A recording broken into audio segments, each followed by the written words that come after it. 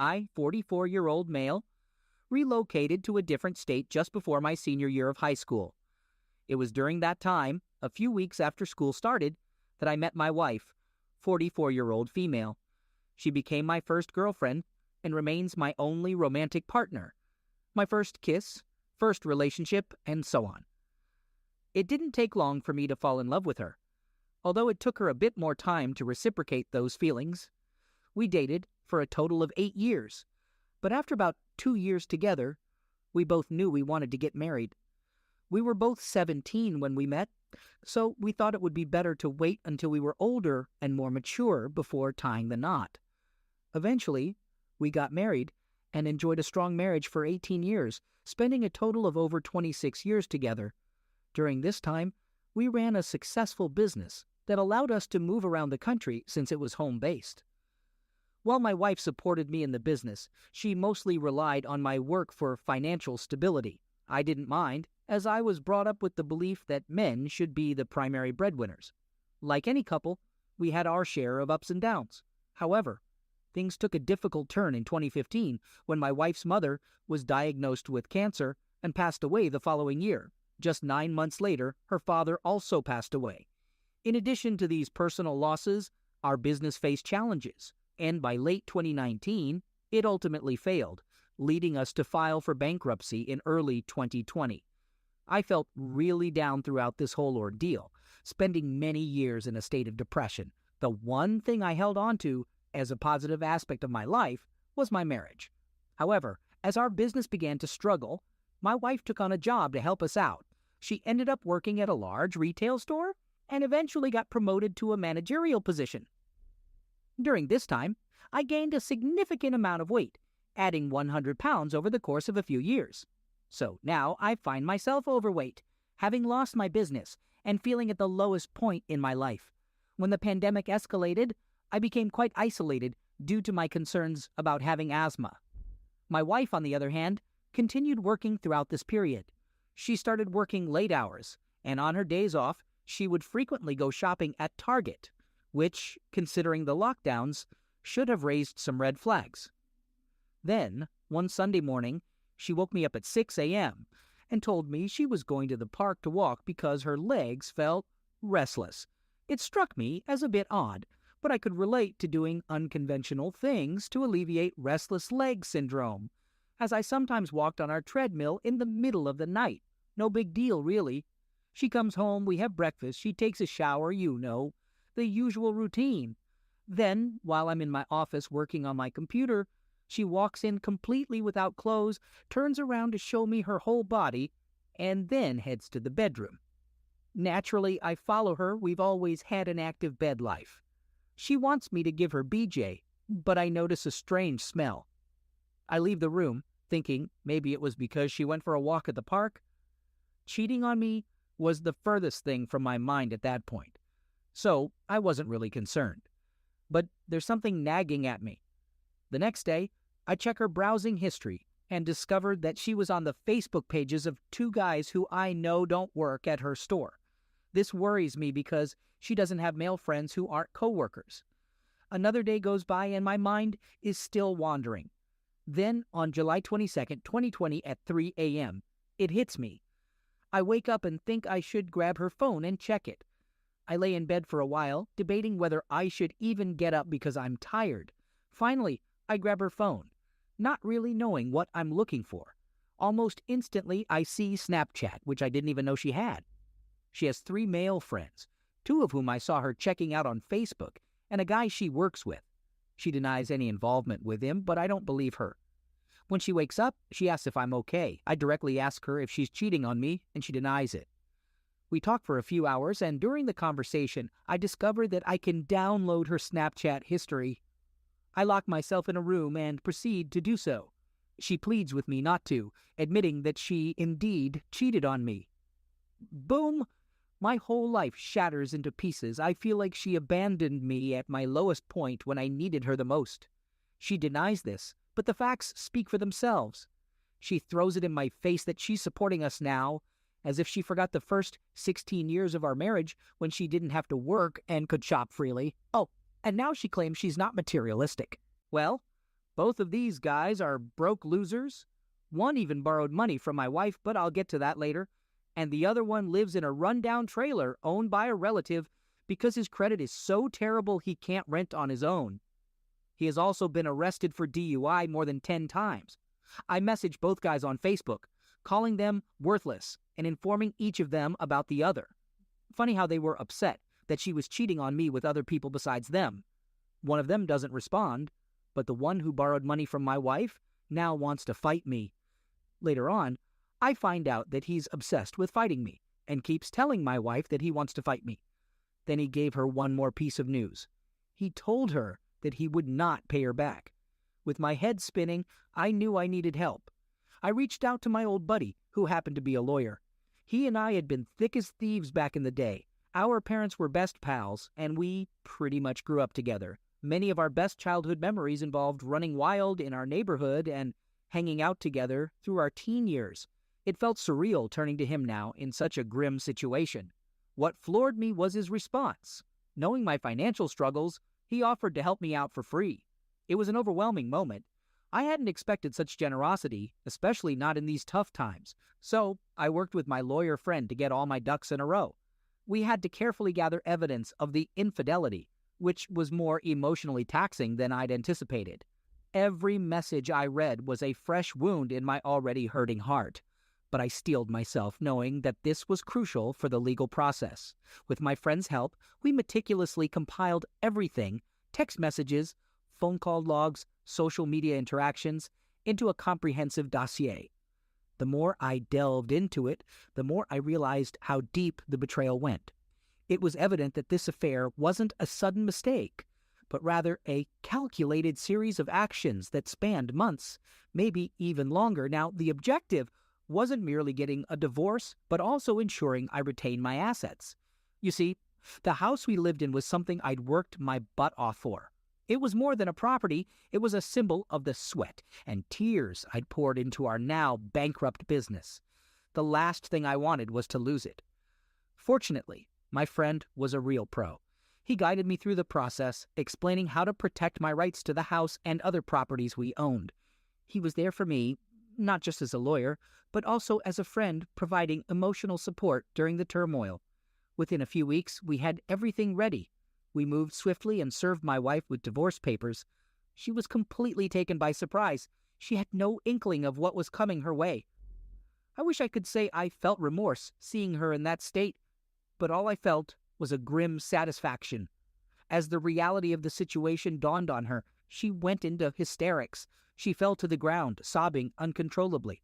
But I didn't flinch. I had spent too many nights crying over her betrayal. It was time for her to feel the pain. When she realized she was about to be homeless, with no savings or financial security, the real panic set in. She tried pleading with me, begging me to reconsider. But I had made up my mind. She had made her bed, and now she had to lie in it. Everything happened so quickly after that. Within a couple of weeks, she was out of my house. I changed all the locks, ensuring she couldn't get in again. And the last time she pounded on the door, trying to get in, I called the cops. They issued a restraining order against her. It wasn't an easy journey. I felt a lot of anger, betrayal, and grief. But throughout the process, I also found a new strength in me that I didn't know existed. My friend was right there with me, helping me navigate through this rough patch, and I'm grateful for that. Today, I'm in a much better place, emotionally and mentally. I've learned to prioritize my happiness and peace, and I look forward to rebuilding my life, one day at a time. Right after everything happened, I immediately started working out again. For the first 20-plus years of our relationship, I used to work out almost every day. But when my depression started and I began taking antidepressants, I stopped exercising. So out of the 100 pounds I gained, I've already lost over 80 pounds. And I'm in great shape now. And as for my wife, well, she made her choices. She had to face the consequences. I don't harbor any ill feelings towards her anymore. It's more of indifference now. I've decided to move on, learn from this experience, and become a better, stronger person. After all, that's all we can do, isn't it? Pick ourselves up and keep moving forward, and no matter how tough the path is. I heard that she's been having financial trouble and maxed out her credit cards. As for me, I'm working a job that I enjoy and have started another business. I may be starting from scratch, but I feel like I'm on the path to happiness, even if I never meet someone else. What's funny to me is that she actually expects me to help her with her taxes. She has a debt of over $3,000. She emailed me claiming that it's unfair for her to pay it all because we were married for the first 5 months of last year. Can you believe the audacity? She tries to justify all her terrible and soul-destroying actions, yet she thinks I should assist her in paying her taxes. It's clear that she has such little respect for me to even assume I would help. I've reached a point where I couldn't care less, so I won't even bother replying and giving her the satisfaction of a response. Maybe I could have made a snarky comment like, "Why don't you ask one of your boyfriends for help? Perhaps the one who borrowed money from you and never paid it back." It's actually quite amusing. Before our first D-Day, she lent our money to one of the guys she was involved with, but never got it back. Here's the kicker. Supposedly, he was supposed to repay her just a day or two after D-Day. But when she revealed that her husband, me, found out about their affair and they could never speak again, his interest in repaying vanished. He probably never had any intention of paying her back in the first place. But she believed they had something special, so she never thought he would lie to her. Haha. So the main point I want to make with this post is that in the past, just thinking about all this stuff would really get to me. I used to believe that today, my birthday, would be difficult. However, since going no contact since Christmas Day, I simply don't care anymore. I guess I can view it as her being fined $3,000 for making poor life choices. On April 8th, 2022, she had the audacity to email me on my birthday. Yesterday, she sent me an email wishing me a happy birthday and all the best in life. She mentioned that there are more things she wants to say and expressed a desire for us to be talking. I chose not to reply, but for a few minutes, it did anger me. I mean, we both know she cheated on me last year on my birthday. It's quite astounding that she doesn't seem to think much about the impact of her actions, to the point where she would email me to say, "Happy birthday."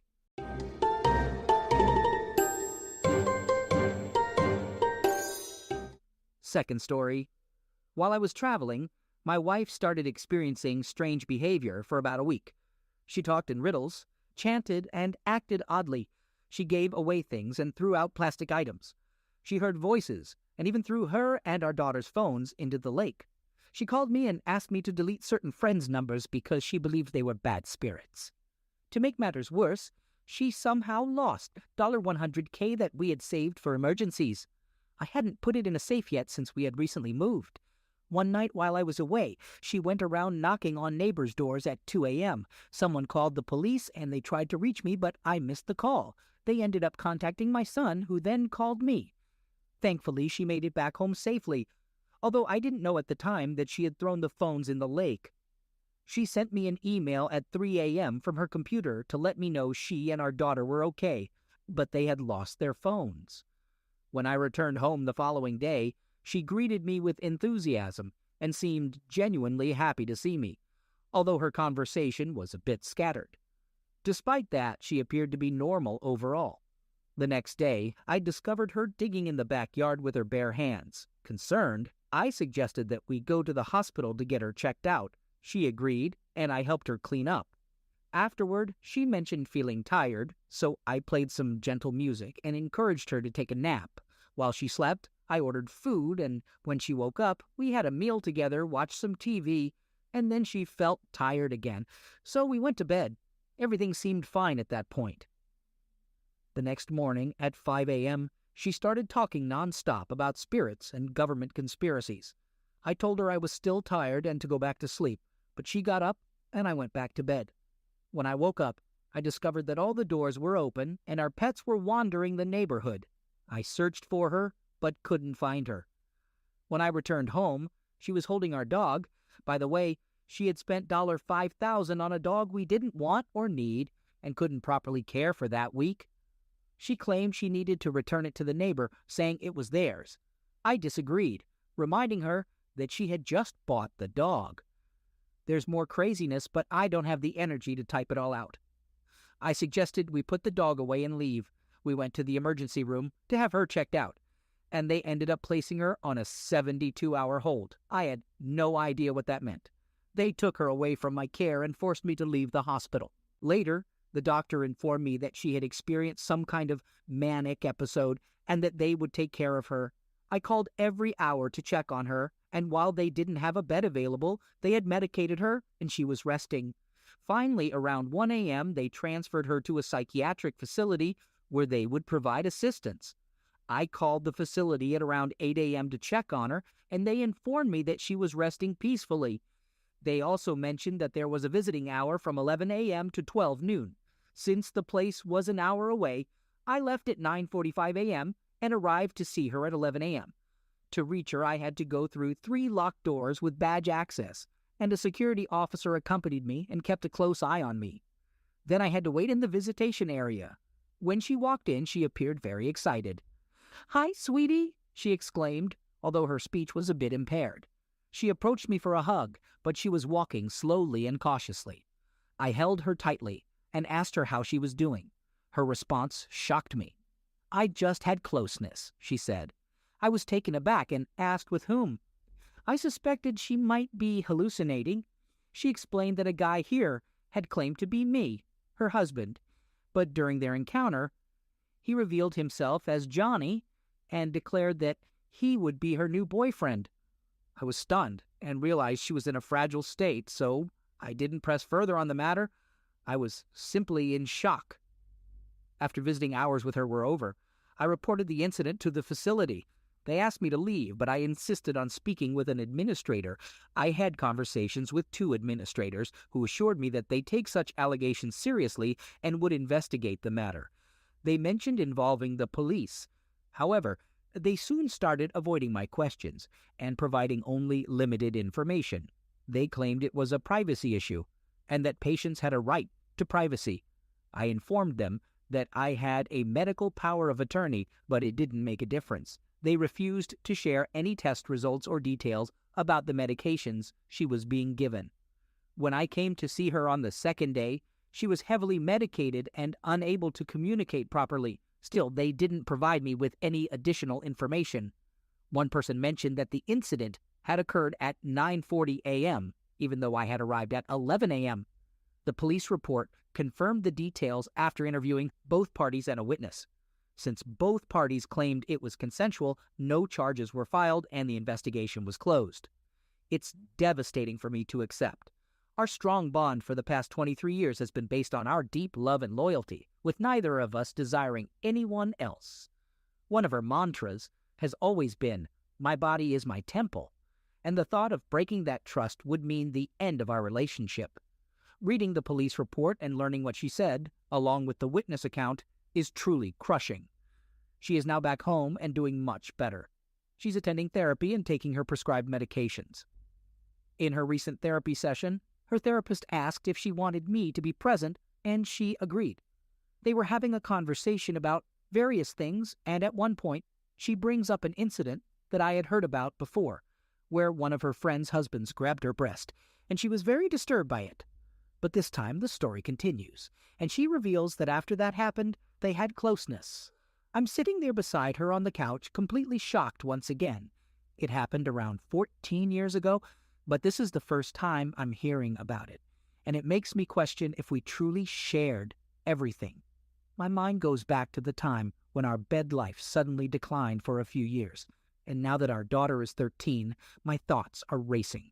It took a long time for our bed life to recover. I learned all of this last Monday, and it left me feeling shattered, like my whole life has been a lie. I can't help but wonder if there were other guys involved. If I know the complete truth, does she genuinely want to be with me, or am I just the provider? I have achieved a lot of success, but she spends all of our money. I just needed to get all of this off my chest.